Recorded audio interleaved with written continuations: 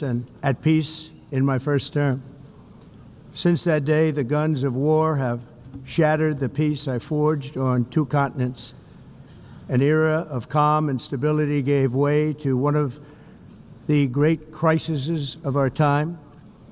And here in the United States, 4 years of weakness, lawlessness, and radicalism under the last administration delivered our nation into a repeated set of disasters. 1 year ago, our country was in deep trouble, but today, just 8 months into my administration, we are the hottest country anywhere in the world, and there is no other country even close. America is blessed with the strongest economy, the strongest borders, the strongest military, the strongest friendships, and the strongest spirit of any nation on the face of the earth. This is indeed the golden age of America. We are rapidly reversing the economic calamity we inherited from the previous administration, including ruinous price increases and record-setting inflation like we've never had before. Under my leadership, energy costs are down, gasoline prices are down, grocery prices are down, mortgage rates are down, and inflation has been defeated. The only thing that's up is the stock market, which just hit a record high. In fact, it hit a record high 48 times in the last short period of time. Growth is surging, manufacturing is booming. The stock market, as I said, is doing better than it's ever done. And all of you in this room benefit by that, almost everybody. And importantly, workers' wages are rising at the fastest pace in more than 60 years. And that's what it's all about, isn't it? In 4 years of President Biden, we had less than $1 trillion of new investment into the United States. In just 8 months since I took office, we have secured commitments and money already paid for $17 trillion.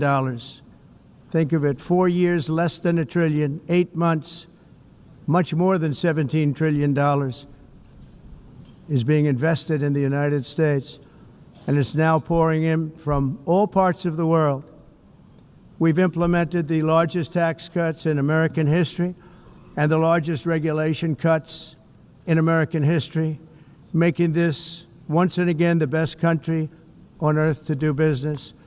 And many of the people in this room are investing in America, and it's turned out to be an awfully good investment during this 8-month period.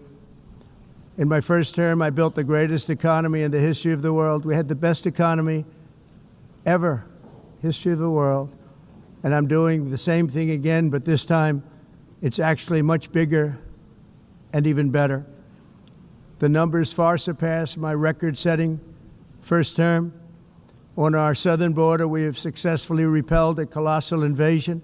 And for the last 4 months, and that's 4 months in a row, the number of illegal aliens admitted and entering our country has been 0. Hard to believe, because if you look back just a year ago, it was millions and millions of people pouring in from all over the world, from prisons, from mental institutions, drug dealers. All over the world they came. They just poured into our country with the ridiculous open border policy of the Biden administration. Our message is very simple. If you come illegally into the United States, you're going to jail, or you're going back to where you came from, or perhaps even further than that. You know what that means. I want to thank the country of El Salvador for the successful and professional job they've done in receiving and jailing so many criminals that entered our country.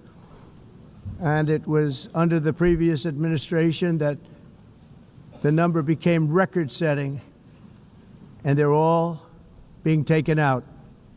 We have no choice. And other countries have no choice, because other countries are in the exact same situation with immigration. It's destroying your country, and you have to do something about it.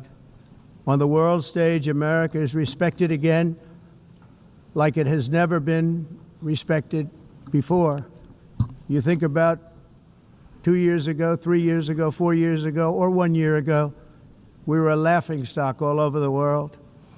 At the NATO summit in June, virtually all NATO members formally committed to increase defense spending at my request from 2% to 5% of GDP, making our alliance far stronger and more powerful than it was ever before. In May, I traveled to the Middle East to visit my friends and rebuild our partnerships in the Gulf, and those valued relationships with Saudi Arabia, Qatar, and the UAE and other countries are now, I believe, closer than ever before.